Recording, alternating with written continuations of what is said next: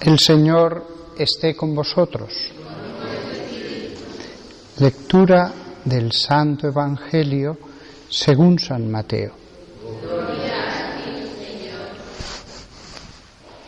En aquel tiempo, al pasar, vio Jesús a un hombre llamado Mateo, sentado al mostrador de los impuestos, y le dijo: «Sígueme».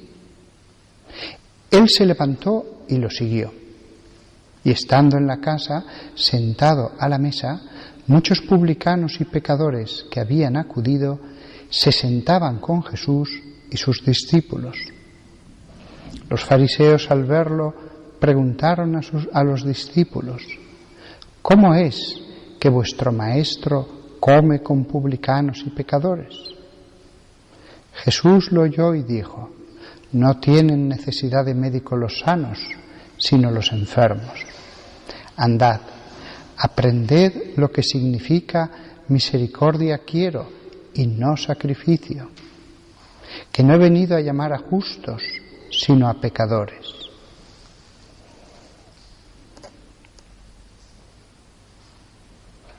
Palabra del Señor. Nostra delicta. Cuando he leído el comienzo de este Evangelio, que dice: en aquel tiempo, al pasar, vio Jesús a un hombre llamado Mateo, sentado al mostrador de los impuestos, y le dijo: «Sígueme». Me he acordado de un pasaje de San Agustín que dice: «Timeo Iesum transeuntem et non revertentem».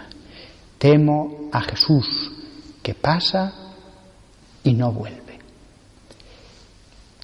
Es decir, en la vida de personajes del Evangelio, a veces pasó Jesús al lado de ellos,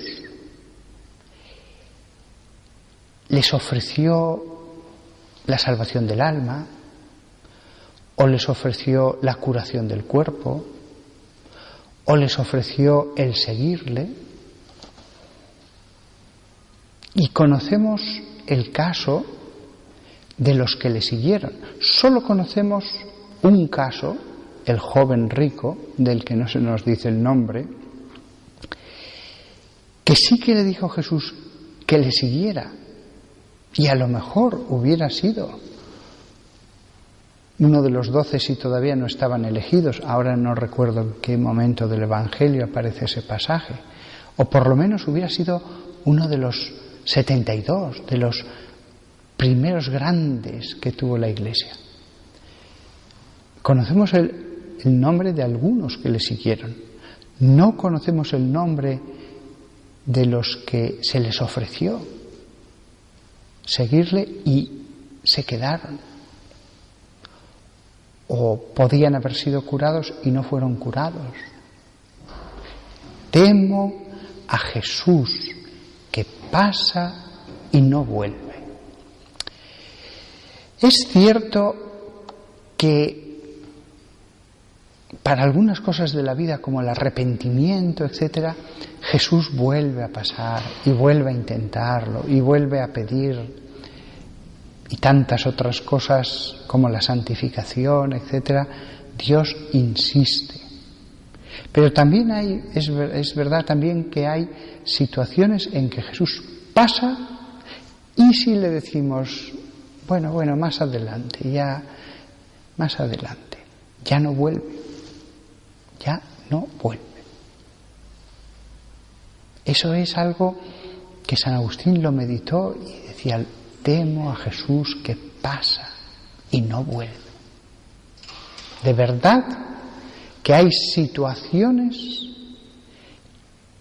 en que dejar pasar a Jesús puede significar un cambio radical en nuestra vida. Estaba leyendo la biografía de Joseph Goebbels, que era el ministro de propaganda de Hitler. Y este hombre era católico, de una familia católica. Y este hombre iba a misa, se confesaba, etc. Pero en un momento dado, pues empezó a dejar eso y a seguir al predicador del mal. Sin ninguna duda hubo una fase de lucha. Y sin ninguna duda llegó un momento en que Jesús le dijo, no, confiésate, no sigas ese camino. Y él, al principio todavía no malo, le diría, bueno, sí, pero mañana, más adelante. Lo cual provocó más acumulación de pecado, de mal, y al final la cuerda se rompió, hasta el punto de seguir ese otro camino. Ante él estaban los dos caminos, el de Jesús y el de ese otro hombre. Y Goebbels, en un momento dado, ante Jesús que pasaba y le decía, cambia, le dijo, bueno, venga, sí, pero ahora no, mañana. Y sin embargo, a lo mejor él no era consciente de que hubo un momento en el que ya siguió al otro, no a Jesús que pasaba. Nada más, que todos nosotros tengamos la seguridad de que Jesús, oculto en el prójimo o a través de la gracia, viene varias veces al día a nuestro lado, oculto en los demás o a través de la gracia. Y como le digamos, bueno, sí, más adelante, a lo mejor nuestra vida hubiera cambiado de en un momento dado decirle a Jesús sí.